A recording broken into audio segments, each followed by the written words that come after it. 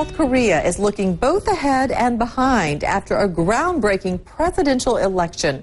A woman has been chosen to lead in a male-dominated society, and she is no stranger to presidential politics.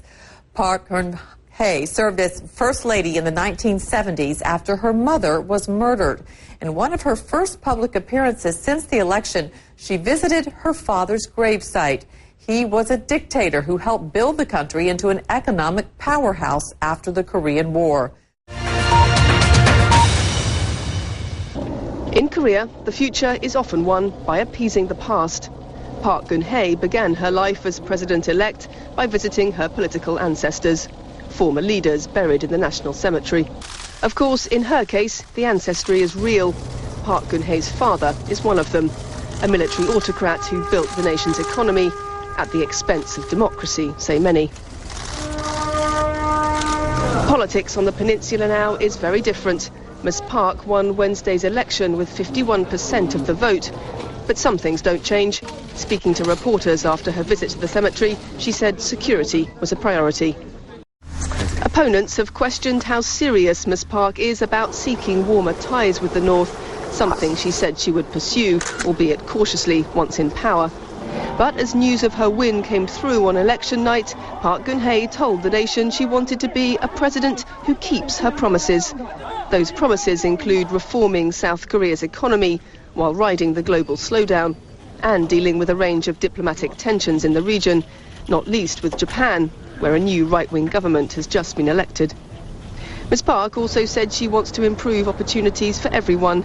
Uniting the country after a deeply divisive election here will be her first challenge, and one made even more complicated by her history. As the results trickle in Park's own camp, her victory marks a turning point for many. She's our first ever female president. This is historic. What matters this time is not which party is elected, but that we change the whole of society entirely. Park also reminds South Koreans of her father's legacy. She's the daughter of Park Chung-hee, South Korea's former dictator. He was assassinated in 1979, having ruled for 18 years with an iron fist.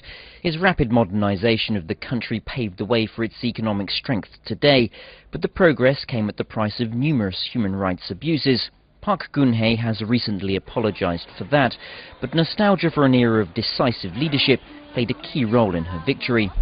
As Park gets ready to take power, she already knows well the presidential palace. Following the murder of her mother in 1974 and before the assassination of her father, she was South Korea's First Lady for 5 years. Now she's going a step further as she becomes the country's first female president.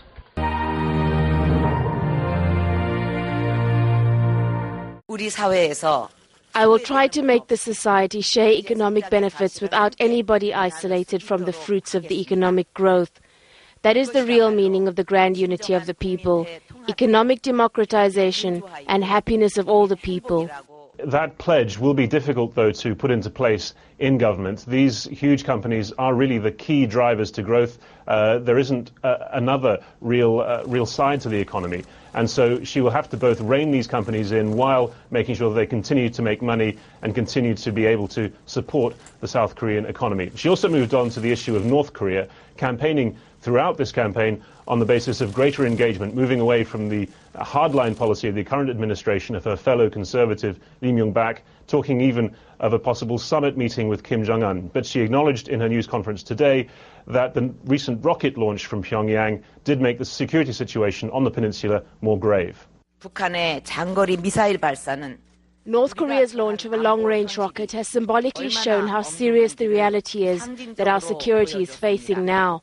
Regional conflict in Northeast Asia and worries on a world crisis are growing too. I think people are calling on me to overcome this crisis wisely. I will keep my promise to the people that I will open the Korean Peninsula's new era through strong security and diplomacy based on trust.